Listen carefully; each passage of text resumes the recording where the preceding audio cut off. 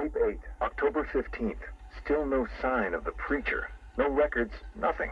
Something tells me he won't stay hidden for long. For the Lord hath designed a most cruel and dark place. Yes, he has.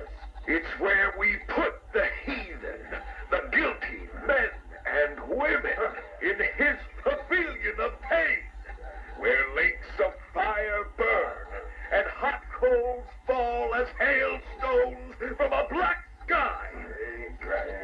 You see, Gotham's days are numbered. I've seen it. He's done shown it to me. He's shown me the fire. He's shown me the bodies writhing in flames. 'Cause that's what's waiting for you, you who don't accept me into your hearts. I am the messenger of truth, for the Lord hath anointed me with his sacred oil. He hath separated me above all others, and promised me and my children their rightful place in the new kingdom. That's right. You will be made princes of all the earth. Amen. Blackfire's sermons are getting worse. He's not waiting for Armageddon. He's bringing it. And I'm gonna be right there when he does. Tape 11, October 19th. Going back over some old interviews I did on Gotham's homeless. Numbers were dropping. No one knew why. I think there might have been a link to Blackfire. My name's Terry Noonan. I worked the sewers best part of 20 years. You name it, I've seen it. Walls of fat so thick they'd swallow you up. Rats as big as dogs. Enough teeth and hair to give you nightmares. It's a different world down there. I understand you've got a theory, Mr. Noonan. Terry, please. Some people like to think the homeless are disappearing because Gotham's pulling them out of the gutter. But you think different? I've heard things. Strange things. Voices. Chanting. Chanting? Like church. It's been like this for months. I hear it more often, and it's getting louder. Have you ever tried to find it? Hey, I ain't stupid. Besides, none of my business. If you were smart, you'd think the same. Noonan went missing not long after this. Cops found his body stuffed in one of those giant fat deposits. They said it was an accident. I figure he found something he wasn't supposed to. What the hell are you up to, Blackfire? Tape 23, October 26th. I was searching the archives and this little gem cropped up. Cops arrest a vagrant who's had a run-in with Blackfire. Guess we're starting to get some idea what this whack job's been up to. Please state your name. I haven't got a name. Not anymore. We're his children. His disciples. Who? Deacon Blackfire. The one true messenger. The Redeemer. He can save Gotham. He can save us all. Well, he sounds like a nice guy. You mock me, you fool. You don't know the power you're dealing with. Okay, why don't you tell me? 1,000 years he has walked the earth, and 1,000 more he will reign. You're smiling. You think I'm crazy? Hey, you're free to believe whatever you want. I doubted him too once, and then I saw it. The blood is his power. He bathes in it. I'm sure he does. You can see it in their eyes when he draws the blade across their throat. They see it then. The light. Okay, buddy, take it easy. I have to leave. We have work to do. The final sacrifice is coming. It will grant him everlasting life. Hey, sit down. Restrain him. Get off me. An army of homeless killers? Human sacrifices? Bathing in blood? I hope they're planning another sacrifice. You can't win the awards without a little human tragedy. Tape 25, October 30th. Got my hands on this forensic report. Human sacrifice. It's real. They're really happening. The deceased M. Hollis, located in the abandoned premises, front-facing room to Hammond Close. Male, 33 years, approximately 6 feet, 210 pounds, brown hair. Found lying face up on a table central to the room. Contusions on the wrist and ankles, indicating the victim was restrained with a thick cord or rope. The neck has been cut, deep incision severing the esophagus and main arteries.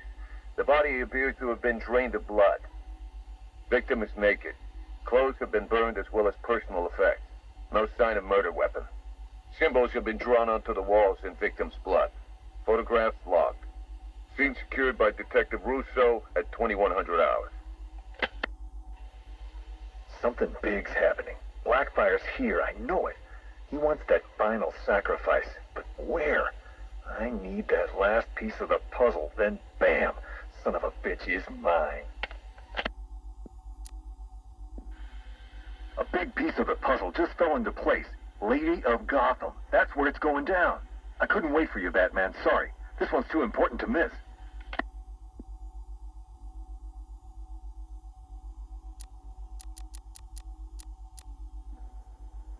Guess you're wondering what the Lady of Gotham connection is. Turns out there was a Blackfire tied up with the Miyagani people. His name crops up in tribal stories. Seems like they shot him with arrows. Shut him in a cave. You want to know where that cave is supposed to be? You got it. Directly beneath the Lady of Gotham. Looks like the irony didn't escape our preacher. Cash ran this guy's prints. Turns out he's got a past. Tax evasion, fraud. One file dates back to the 20s. Cash thinks it's got to be a mistake. Part of me wishes Blackfire was telling the truth. Guess we all want to believe, huh? Too bad he's just another con man.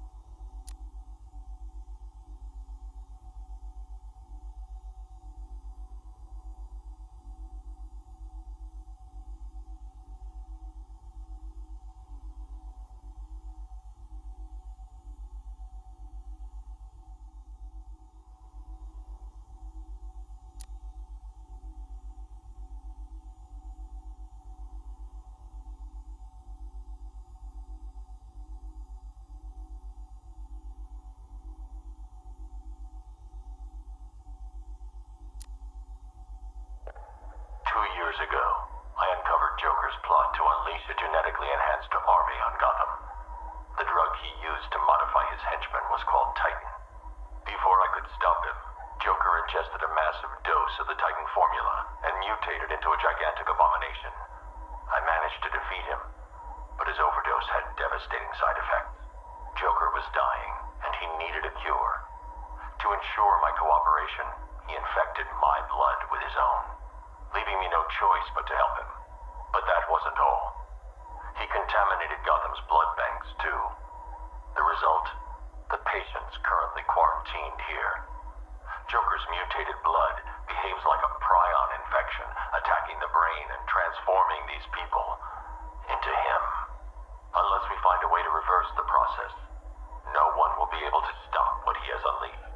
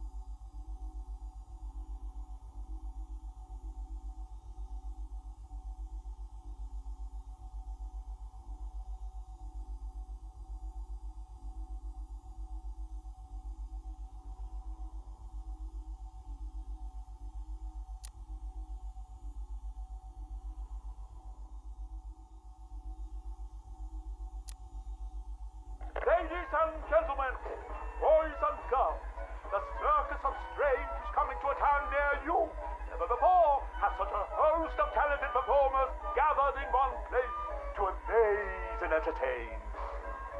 Be astounded by Big Top. Is it a man? Is it a woman? Who knows? But I guarantee it's the most gigantically grotesque assortment of flesh you have ever seen.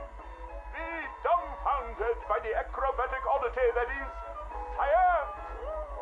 Stare open-mouthed as these conjoined triplets who defy the limits of the human body and its imagination. And last, but by no means least, be stunned and horrified by the combustible wonder that is phosphorus bricks. Folks, you gotta see it to believe it. Come and join us, and you'll never look at the world the same way again. Janosch, my dearest son. Oh, my perfect child. I make these recordings so that you are not alone. So that you know Daddy loves his son. Daddy loves his little pig. The circus has traveled far, and we have brought joy to many sad people. They join us now like a big family, growing week by week. Now they feel no pain. They know nothing of misery. I call them my Dollartrons. To each new home we move at night, finding a fresh patch of earth to inhabit. Secret places in forgotten parts of town. Ugly wastelands where the locals stumble unawares into a candy-striped tent. The Dollartrons are the first to greet them with open arms and perfect faces. The climax of the show is when I take them to see Mother. Oh, I tell you, they are amazed by my imagination, confounded by my dexterity, as each is transformed into a beautiful work of art. But Mother is hard to please. She wants more, always more, never satisfied, always driving me to work harder to obtain perfection. And I will. Night has drawn its curtain yet again, and the circus moves on, our numbers swollen to a different patch of earth. On the dark horizon, the building tops glimmer, the heat and smog of industry shrouds a den of criminals and beasts. Gotham is her name. Janosch, I tell you, the circus has come home.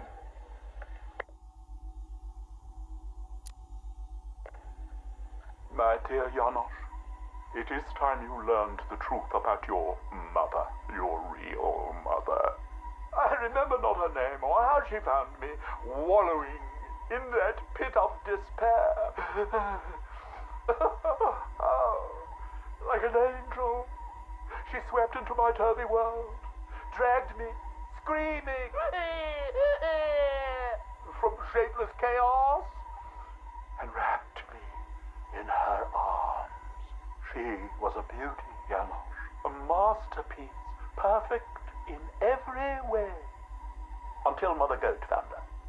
Imagine my horror when I emerged from that dreamy soup and discovered what she'd done. Placenta face, cork-on smile, ribbons of ruptured flesh. Ooh, the nails had done their work.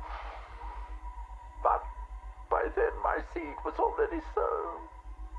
Your life already begun. Mother would have killed you both had I not stopped her. Saved you from her rage.